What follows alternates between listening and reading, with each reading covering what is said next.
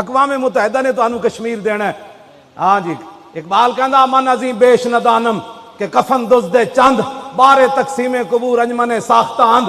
اقبال اقوام متحدہ دے بارے کہندا, اقبال کہندا میں اس تو زیادہ نہیں جاندا کہ چند کفن چوراں نے ایک تنظیم بنائی اقوام متحدہ تاکہ قبراں دی تقسیم کر کے تو افغانستان نو نپ لے, میں کشمیر نو نپ لیندا, تو عراق نو نپ لے, میں شام نو نپ لیندا, تو بوسنیا نو نپ لے, میں چیچنیا نو نپ لیندا, تو فلسطین تے غزہ نو نپ لے تے میں جناب پاکستان دے حالات خراب کر دیندا.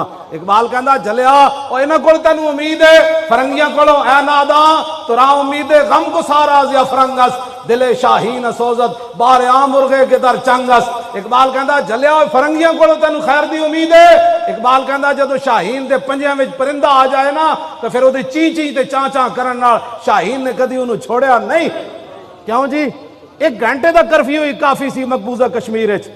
تسی دسو تہاڈے کول اتنا انہاں کاروبار کر دین, انہاں کو کتنا ذخیرہ ہر دوسرے چوتھے دن جا کے بازاروں سامان لے آندے. ساڈے گھراں وچ کتنا مال پیا اسی 8 دن کھاواں گے مک جائے گا.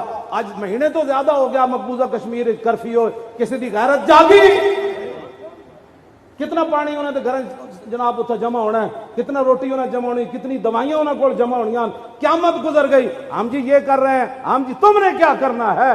جنہوں نے کرنا ہوتا ہے ایک عورت کی آواز پر محمد بن قاسم سندھ تو خط کیا اتنا سارا لکھے ہویا کہ راجہ دار دے بندیاں نے ایک مسلمان عورت تے ہاتھ دراز کیتا تے محمد بن قاسم نے نہیں کیا ہم اپنی سلطنت داؤ پر لگا دیں, ہم جنگ چھیڑ دیں. محمد بن قاسم سمندر میں گھوڑے پا دیتے, انہیں کہنے دی جرت کی ہوئی کسی عورت تو ہاتھ چھپ جائے گا. ہم اس اسلام کی بات کرتے ہیں.